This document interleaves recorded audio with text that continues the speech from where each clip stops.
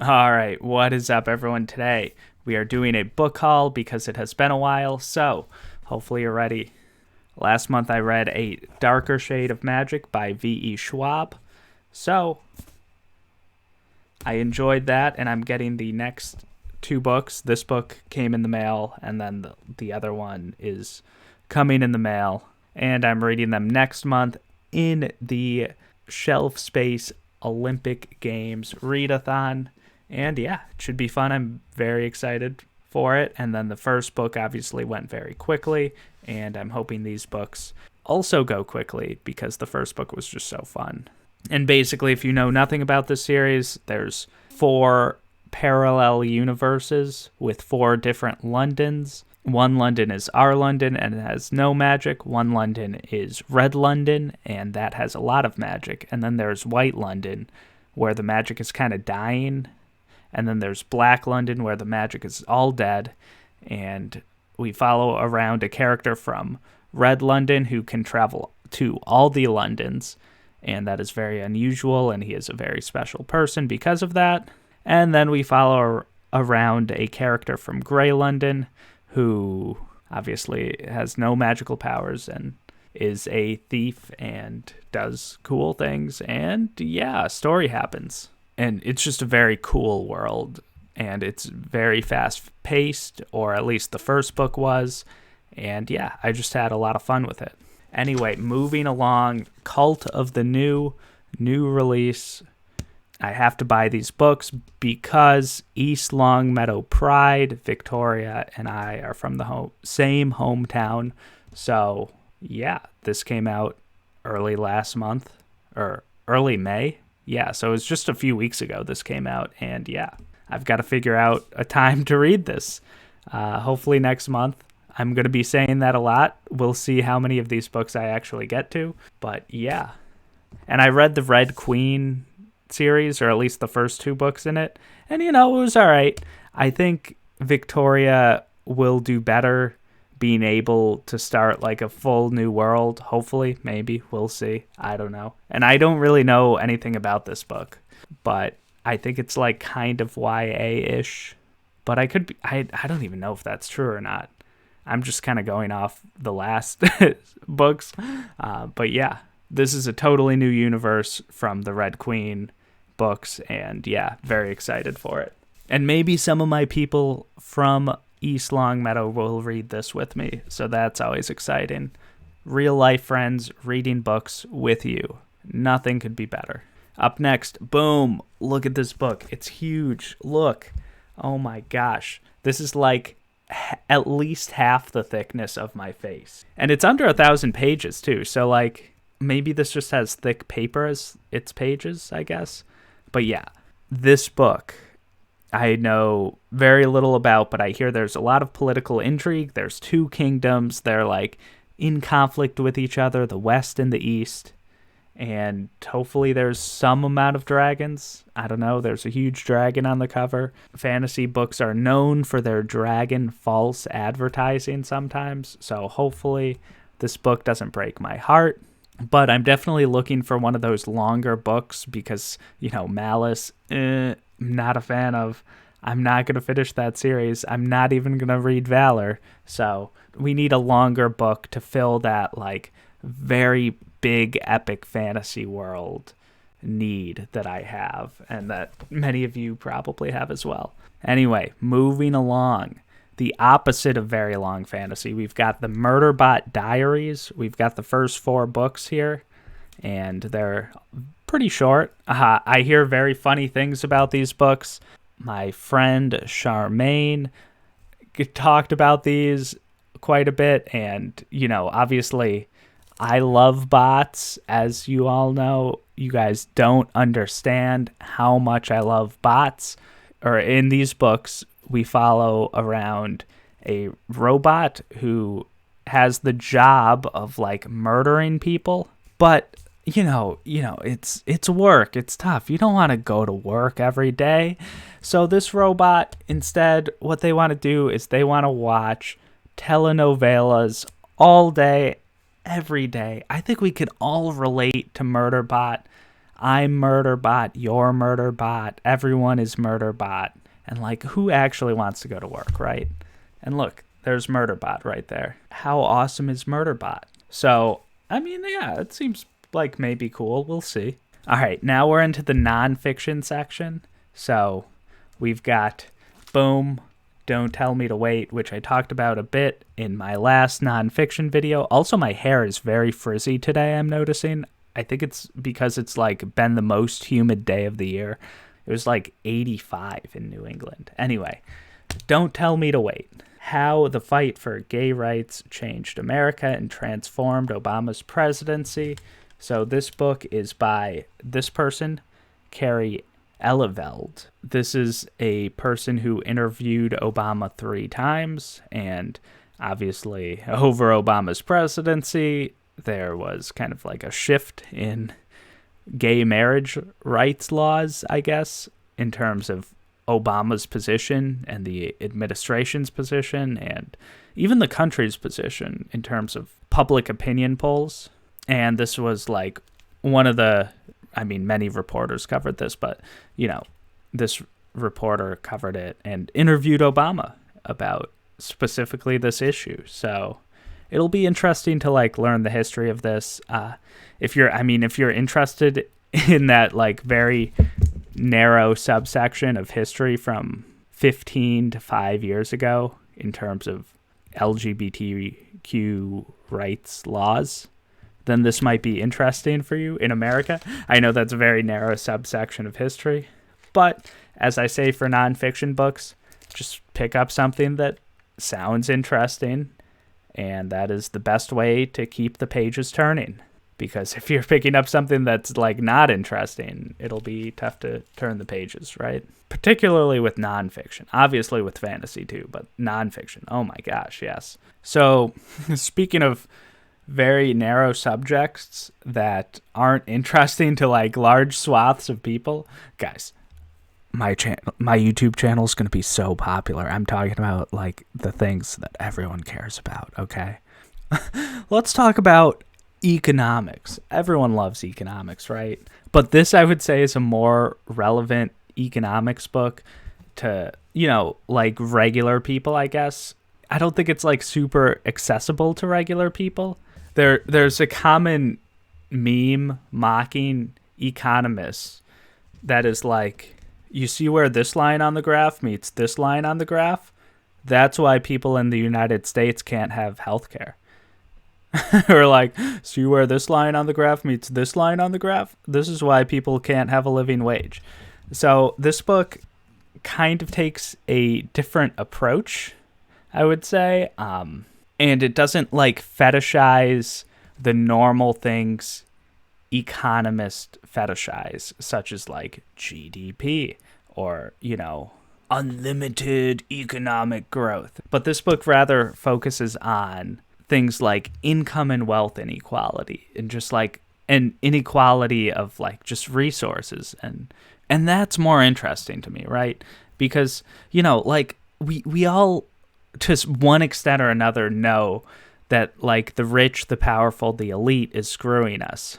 Even like the right uses rhetoric of, you know, the rich and the elite and the powerful screwing us. And it's like, yeah, like YouTube and corporate media. And they'd call it like liberal media. And I would agree. It's right-wing liberal media or neoliberal media, which we'll get to. We'll get to the word neoliberalism shortly. And like, obviously I disagree with the right's prescriptions to solving that problem of massive income and wealth inequality to the extent that they even have solutions or like proposed solutions. They more do problem identification. But this has like some sort of solutions, but it's like more of a framework of how the world works, how power works, how transfers of money affect inequality, essentially. And yeah, that's why this particular economics book interests me. And again, I kind of just created a false dichotomy of like, it's an either or. You can try to like get rid of economic inequality, but you might sacrifice some GDP. Again, we've learned from history, from other countries, that's actually not true. if you solve inequality, that helps the economy. If you solve inequality in like education, for instance, a more educated populace helps the GDP, helps the economy. And we had like the right-wing neoliberal pipe dream in Brazil in the 80s and the 90s. Look up the GDP of Brazil in the 80s and the 90s. It was like 1 or maybe like 1.25%. That's not good. In the 2000s, under a more left-wing president, the GDP in Brazil was a lot better. There was a lot more education as well, and people got out of poverty. So it's like a win-win-win, right? Like, I don't want people to be poor. I don't want people to starve. I might care less about like GDP and stuff, but like the thing that, you know, neoliberals and whatever conservatives, kind of the same thing essentially, but like those two groups will be like, but the economy, bro. And it's like, yeah, the economy, bro. Look at economies in different countries. And like that's why this economics book interests me. Like, you can have large social safety nets that take care of people who, you know, get sick and need help, and, you know, take care of the people who need an education, like children, and like starving children, and just hunger and homelessness, while also having a great economy. Anyway, I'm ranting. I mentioned neoliberalism. I'll talk about neoliberalism very briefly because I talked about neoliberalism in my last video about nonfiction books. But yeah, I got the book. I talked myself into getting this book. And yeah, this guy, David Harvey, is an anthropologist. And yeah, neoliberalism is basically trickle-down economics, which is basically the debunked theory that if you give rich people tax cuts, they'll be like so rich that like money will be pouring out of their pockets, and like all that money pouring down from their pockets will like come to you.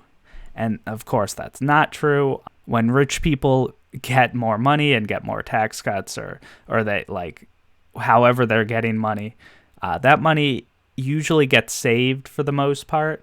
So they'll buy like a third house maybe, or they'll like, you know, do like pointless crap, maybe like a 10th house, or they'll buy like investments, or, you know, basically the rich people will become dragons and they will hoard all their gold, and there will be many peasants in the village that do not have gold.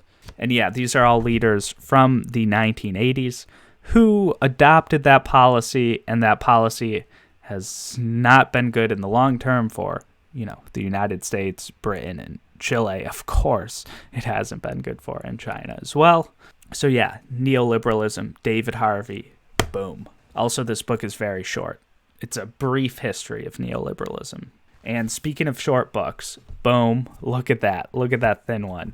Capitalist Realism by Mark Fisher. Is there no alternative? Basically, capitalist realism is a statement that means that it is easier to envision the end of the world than it is to envision the end of capitalism. And, you know, if you're a fantasy reader, a dystopian reader, whatever, there are a lot of ways that you've probably envisioned the end of the world at one point or another. Even if it's not like the end of the world, you've envisioned like a weird dystopian future, like in the Hunger Games or whatever. And yeah, I don't actually know exactly what's in this book, but I went to the Majority Reports Discord, and they have a book section, and I was like, hey guys, what are people reading? And everyone was like, capitalist realism. People talk about this a lot. And I'm like, oh, this is very short. Like, let's just order it, go through it very quickly, and I feel like it will lead to some good discussions. Also, Mark Fisher tragically took his life a few years ago, so yeah, that's very sad. But his work lives on, and hopefully I like his work, obviously. But yeah, very cool. Very quick. Boom. All right. Next, we've got An Indigenous People's History of the United States. Of course, I read A People's History of the United States late last year. And after that book came out, that book did very well, and there were many kind of spin-offs of that book by that author's, institute of, learning and educating people about history. And one of them was an Indigenous Peoples History of the United States. So this specifically goes into the history of Indigenous people, of course. I think I'll be reading this maybe in October, around Indigenous Peoples Day. I can't speak right now. Why am I struggling to speak? I'm sorry. And yeah, I'm here to learn a lot with this one because I don't know that much about Indigenous people's history. I will say though, there's a long history of atrocities, and I use that word very broadly to encompass many things over many centuries. But the use of atrocities by horrible leaders to downplay said horrible leaders' horrible actions. And this is why it's good to acknowledge our own history and our own atrocities. I mean, obviously, there's a lot of reasons it's good, but to acknowledge our atrocities, we can move past them. And, future leaders aren't like, well, what about, this time when this atrocity happened in the United States with Indigenous people? And that's actually a lot of what the Soviet Union said. They're like, well, we can't take these people seriously. We can't do treaties with the United States because look how many treaties they broke with the Indigenous people of the United States. We broke, I'm pretty sure we broke every treaty with the Native Americans, or at least, almost everyone. I don't know. I mean, I'll learn. But this dynamic of not having this sort of truth and reconciliation of atrocities happened in the 1930s in Germany, in multiple speeches by territorial expansionist Axis leaders within Germany. In their speeches, they would always say, well, people are complaining about the things we're doing, but who speaks up about the Armenian genocide? And they would use other atrocities by other countries as a reason to downplay their own atrocities. And that's why it was great that President Biden recently, this was from maybe a month ago, but we only now, 100 years after the Armenian genocide, are acknowledging that it happened, it was horrible, and, denouncing it. And obviously Turkey is still in, crazy denial mode about the Armenian genocide. Well, it didn't happen, but if it did happen, it should have happened, and all sorts of denialism. And, it is harder. It is harder to criticize your own country. No one in Turkey wants to think that their tax dollars, their history, their legacy within the world is based around the slaughter of an entire ethnic group of people. And it's very hard for some of Turkish people to come to terms with that. And I understand that. And same thing here. It's hard here for people to come to terms with the history of what happened and all of the history and all of the horribleness. And we have to learn and teach about the history. And so, yeah, boom. Indigenous Peoples History of the United States by Roxanne Dunbar Ortiz. So, boom. All right, we're almost there. I still can't speak today, but yes. Nelson Mandela's Long Walk to Freedom. This one is pretty thick. It is his autobiography, forwarded by President Bill Clinton. That is interesting. And there are some pictures in this. Look, there he is.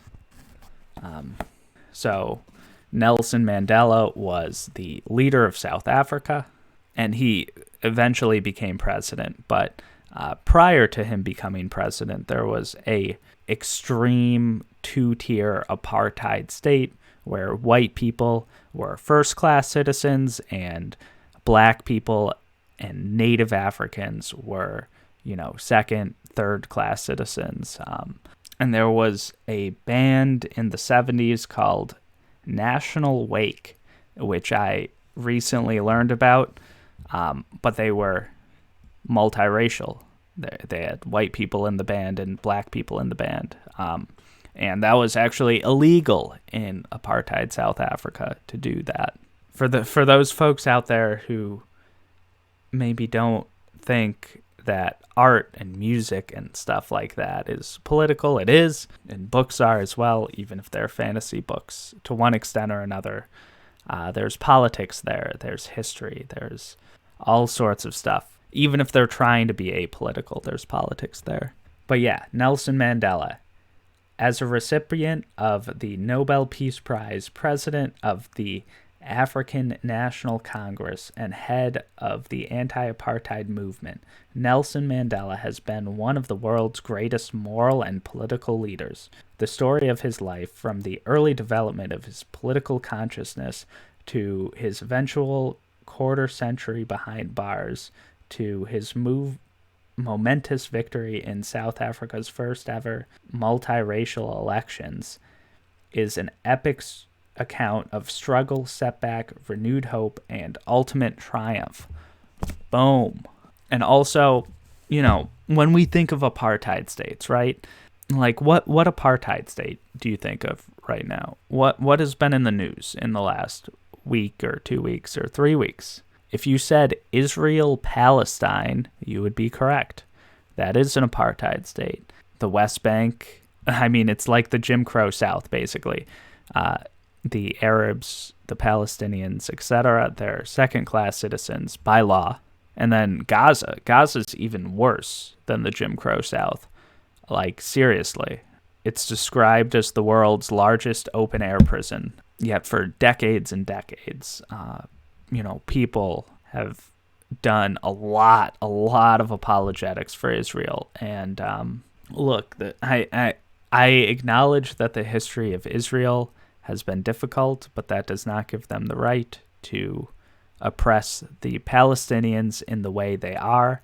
And it is not new the way they have been oppressing the Palestinians. It is not. Nelson Mandela has been dead for years, like maybe 8 years at this point. And what did he say when he was alive about Israel-Palestine?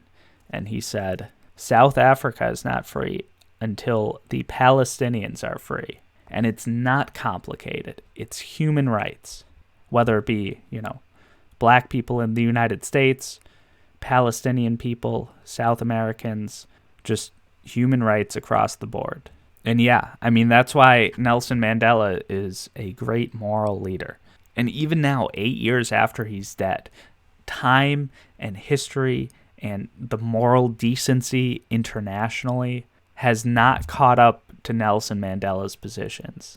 And yeah, I think there's a lot to learn from the ANC, or, African National Congress, and Nelson Mandela and his political rise and the struggle in apartheid South Africa. So, and also Kate from the Literary Apothecary and A Journey Through Pages expressed interest in reading this with me later this year. So that's very exciting. Let us read Nelson Mandela's autobiography. Warning though, it's thick, but it's good. It's good. I love these stories of a person's life and, the struggle and all of that. And again, I'm holding this book up again because I really enjoyed this, which is a much shorter book, and it's not an autobiography, but this was so fun to read and I loved it. And this is Lula in Brazil, and, you can draw a line from country to country of oppression and struggle and, white supremacy and the patriarchy, etc. Whatever you want to talk about. It's probably there. And by there, I mean part of many struggles across borders, etc. Anyway, yeah, we've got to end this book call because I'm starting to babble a lot longer about books as I keep picking up books. So I'm out of books though. So you guys have heard everything I have to say, which is great. And happy Friday. My very sad Malice review will be coming up soon. Oh, and okay, editing Greg. So the mental health readathon will be tonight, Saturday, the 22nd at 8 at night. So 8 Eastern time. So tune in for that. It should be a bunch of fun. And I will end this video with a Michael Brooks clip explaining Israel-Palestine about maybe a year or a little over a year ago.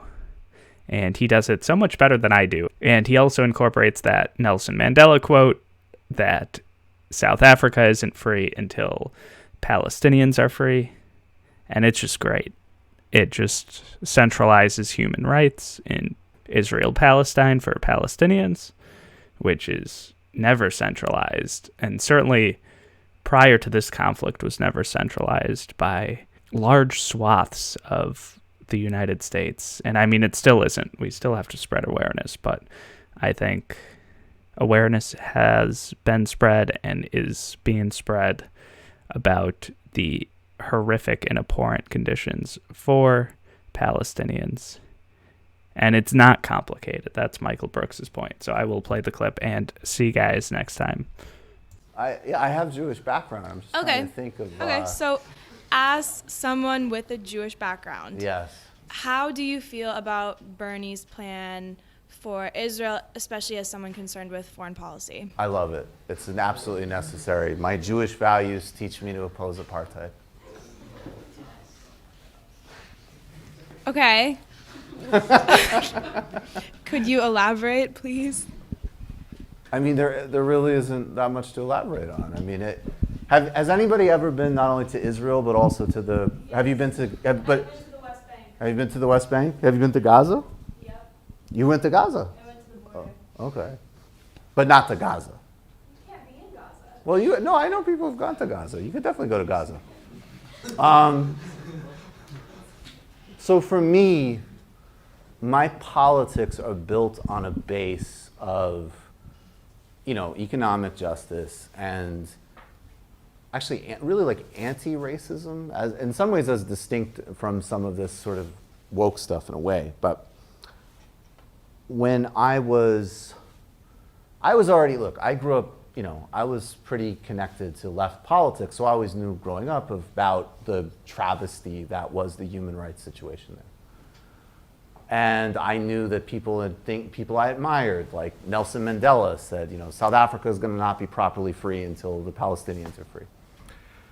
In 2006, I believe, I read a piece by a guy named Tony Judt in the New York Review of Books, who was a really important Jewish scholar. And he just said, the argument was that, literally this is childish.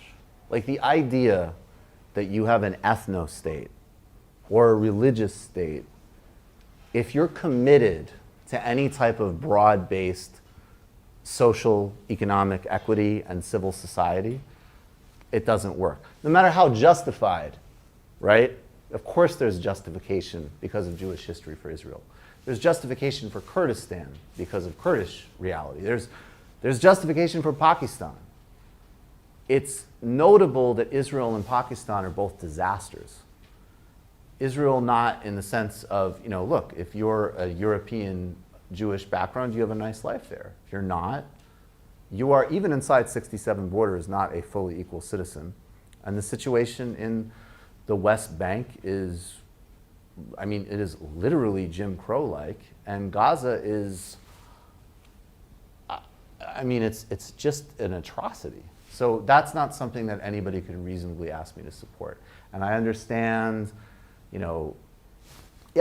there's some actions from some Palestinian groups that, we can condemn. In fact, those have not even really been in any way seriously in play since 2003. And when we talk about, look, and the apartheid word specifically is both used by people who were crucial in ending apartheid in South Africa, like Desmond Tutu or Ronnie Kasrils, who served as intelligence minister under Mbeki, who I've interviewed. And the other main people who use the apartheid word are Ehud Olmert and Ehud Barak. So it is what it is. And I don't support second-class citizenship and occupation and sieges for anybody, no matter who they are. Are you not concerned about the binary between either condemning Israel entirely, being like also a stance that a lot of like very strong and notorious anti-Semitic people agree with, versus like, you know, seeing this as more of a complex issue where it is wrong what's going on, and that there's also a way to do this that Israel still exists and is supported? So it's not a complex issue. That's the big thing. It's super simple. There's one group that has enormous power. It's the most powerful country in the Middle East. It's backed by the United States. It acts on another population of people with total impunity and is never held accountable for anything. So there's no symmetry in the relationship, period. And just as like a thought experiment, IDW people, if we know that if somehow a population of Jewish refugees ended up in West Bank and Gaza, and an Arabic government in Jerusalem and Tel Aviv had an open-air prison in Jewish Gaza, which they bombed with white phosphorus. They killed civilians indiscriminately, and they had no provisions for medicine. They had an embargo that blocked food, that electricity wasn't running, that there was an over 48% unemployment rate. Life expectancy and malnutrition statistics were horrifying. One of the major policymakers in this hypothetical Arabic Palestinian state said, we need to put those Jews on a diet. In the West Bank, there was another Jewish area where there was a little bit more autonomy, but there was regular Arabic settlements where they pulled up the Jewish farmers' foods, they terrorized them with rocks, the security forces broke children's bones, and they couldn't drive on their own roads. We'd all have no problem understanding what that was. So there's nothing complex about it. The second part of your question, it's a pure asymmetry relationship. And the question is rights or not. So that's it. It's not complicated. The second part of your question, at this point, there's always going to be crackpots who are anti-Semitic who condemn Israel. That's not what drives the movement, particularly in the United States. If you work around most people who are concerned with this issue, it's actually populated with a lot of Jewish people. The real question we have to ask is, why is it that AIPAC is hosting an information minister for Slobodan Milosevic? Why is it that there's relationships between the Israeli government and far-right parties in Europe? Why is it that Benjamin Netanyahu's son is posting borderline alt-right memes? Why is it that Israel is an alt-right state, even though it is from the descendants of the victims of one of the greatest crimes in history? That's a serious question, and that's inseparable from the racism of the project, which goes back to the first part that we have to solve. But thank you. Shalom. And I am serious about it coming from Jewish values. Like Tony Judd, my reading, to the extent I do, which I actually do have some connection to that in a religious sense, it's unacceptable for me. But yeah, no, I know. We'll but it's not complicated.